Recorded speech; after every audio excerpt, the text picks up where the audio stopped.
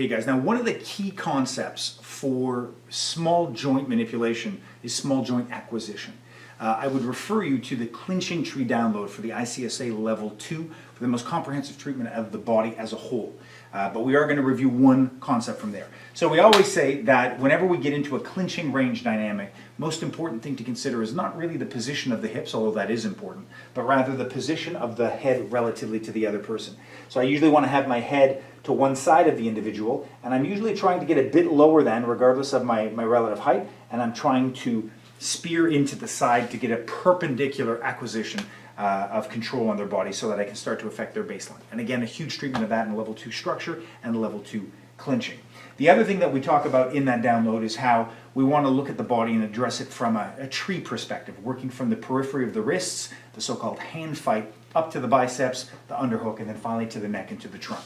For our considerations here, we're going to focus largely on the hand fight.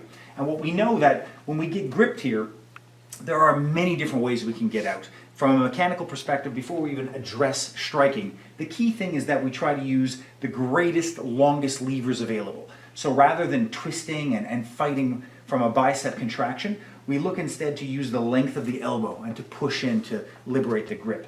But another thing that often comes into play is the use of the free hand to strike or to stabilize, and we say fix the fulcrum of the subject's wrist. If I'm trying to achieve some kind of leverage advantage and his hand is always adapting, it can be very difficult and it requires me to either find an opening to be quicker or slightly stronger than the subject. But the moment I fix that fulcrum and keep it relatively more stable, then the affectation of my leverage is easier to feel.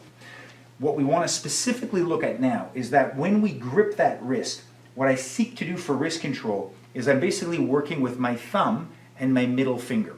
And my thumb and middle finger seek to go right in the flexion of the wrist. I'll show you on this wrist, just pull that sleeve up so you see.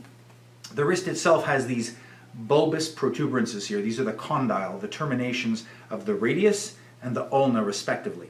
And in the wrist there are many free floating bones and small pieces of bone, but I seek to get into that band primarily. And the reason for this is that the notch of the condyle gives me some purchase, some level of adhesion that prevents slippage, no matter how much cloth is involved. Even with a coat, you'll find that gap in a jacket or between a jacket and a glove. On an MMA glove, you'll feel that band of Velcro very often. But on the body itself, when we get into fluids, blood, vomit, whatever the case, even sweat, there can be a lot of slipping. So that gives you slightly more control and slightly more adhesion. My top finger usually seeks to go over the other side of that condyle, over the other side of the bulb, and so right away now I have a little bit more control, and my other fingers are usually addressing the hand fat in some way. So what this allows me to do is to maximize the leverage of the forearm. If I go too high, we refer to this as choking the lever. I start to lose leverage control, and he now can start to behave like a propeller because I'm in the middle.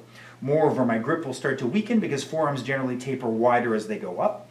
And so by being here, I get it at its narrowest expanse. I get additional adhesion from the bone. I get optimal leverage in the forearm. And I get some level of my hand already addressing his hand so that while these fingers are assisting flexion in the connective tissue and the vital points, the edge of my hand is also very closely related to the knuckles, which, as we've seen previously, is the furthest expanse of that firm lever. I don't want to waste energy on his fingers unless I have a giant hand, and from that grip I'm enveloping the person. So I want to see that I'm seeking that type of a grip whenever possible. It's going to facilitate rotation, it's going to facilitate compression, because sometimes, although we're using two hands, the majority of the work will be coming from this single hand. So for this drill, this version of hand fighting, we can look at simply escaping from the motion, but what I would rather like to do is look at gripping that fulcrum and coming out with correct acquisition, correct grip right away. Other times I might escape with the same hand and catch it right after. And so then my grip will start to go from a palm up to palm down kind of configuration, but in both cases my relationship should be the same. I'm trying to get in that bone groove and to find how I can use that condyle as a reference point in my gripping. So again, a little bit of free work, we're working, and I'm prioritizing getting in there. We should both do that. Sometimes we'll have all sorts of interesting structures that arrive, but I want to see that I'm getting correct acquisition, good adhesion, and I can start working by moving my hips and walking around the body as well.